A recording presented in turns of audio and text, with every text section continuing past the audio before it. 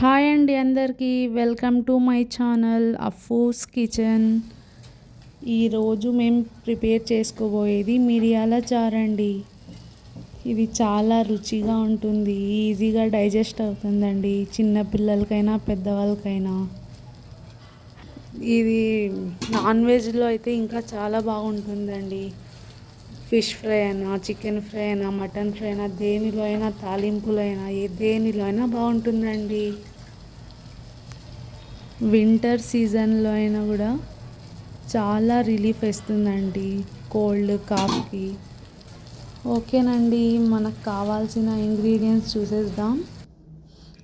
1 small onion, ఒక పెద్ద size tomato అండి కట్ చేసి పెట్టుకుందాం. 4 చిల్లీస్, రెడ్ చిల్లీ అండి. ఒక చిన్న నిమ్మ సైజ్ అంతా చింతపండుని నానబెట్టుకున్నానండి.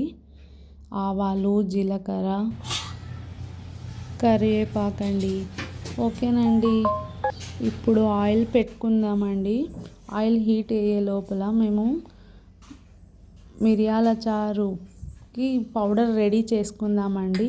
ఓకేనండి, ఫస్ట్ వచ్చి వేయించుకున్న 1 టేబుల్ స్పూన్ మిరియాలు, 1 టేబుల్ స్పూన్ జీలకర్ర వేసుకొని కచ్చా పచ్చాగా కొంచెం పౌడర్ లాగా దంచుకోవాలండి.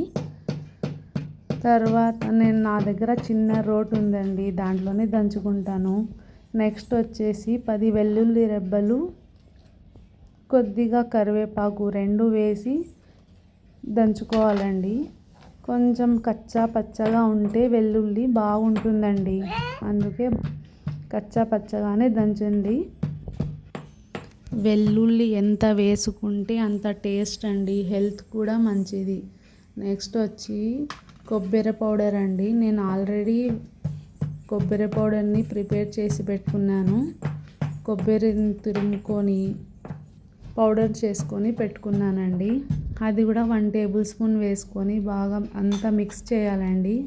దంచుకున్న తర్వాత 1 బౌల్లో తీసుకుందామండి. చూడండి ఎంత మంచిగా ఉందో, కచ్చా పచ్చాగా.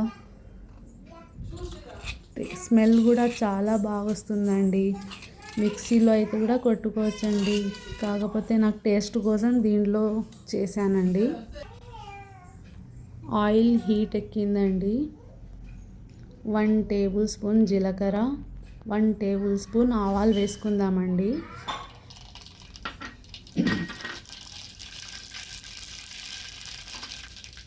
నెక్స్ట్ కట్ చేసి పెట్టుకున్న ఆనియన్స్ వేసుకుందామండి.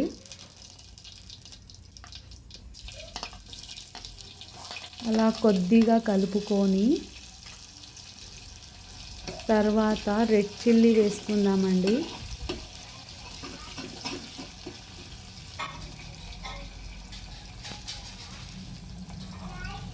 ఇప్పుడు రెడ్ చిల్లీ వేసాక కొంచెం కలపాలండి, ఒక 2 మినిట్స్ అలా. నెక్స్ట్ వచ్చేసి కరివేపాకు వేసుకోవాలండి కొద్దిగా.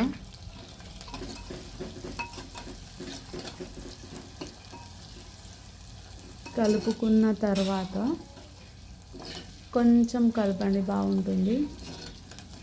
ఇప్పుడు మేము ఆల్రెడీ ప్రిపేర్ చేసి పెట్టుకున్న మిరియాల చారు పౌడర్ వేసుకుందామండి. ఇప్పుడు వేసుకున్న తర్వాత బాగా కలపాలండి.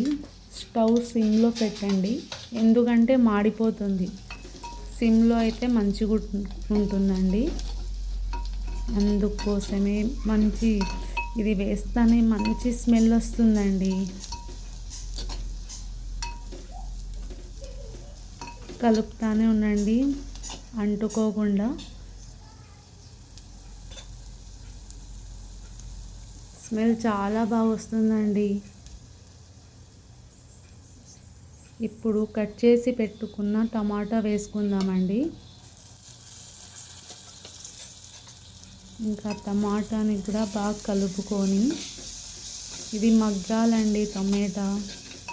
టమోటా మగ్గాలంటే మాకు ట్రిక్ తెలుసు కదండి.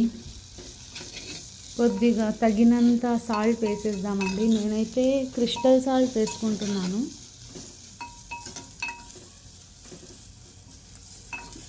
తగినంత సాల్ట్ వేసేసి ఇంకా అలా కలుపుకుందామండి. మంచిగా టమాటా మగ్గుతుందండి, బాగా మగ్గుతుంది సాల్ట్ పడతానే. అలా కలుపుతూ ఇంకా లిడ్ పెట్టేద్దామండి, మూత పెట్టేసి మీడియం ఫ్లేమ్లో పెట్టుకుందామండి.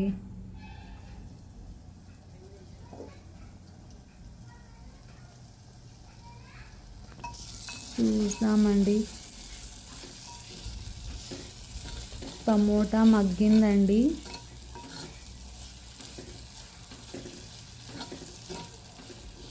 నెక్స్ట్ చూడండి, టమాటా ఎంత బాగా మగ్గి ఆయిల్ పైకి తేలుతూ ఉందండి. నెక్స్ట్ చింతపండు రసాన్ని వేసుకుందామండి. నేను ఆల్రెడీ ప్రిపేర్ చేసి పెట్టుకున్న రసం కూడా.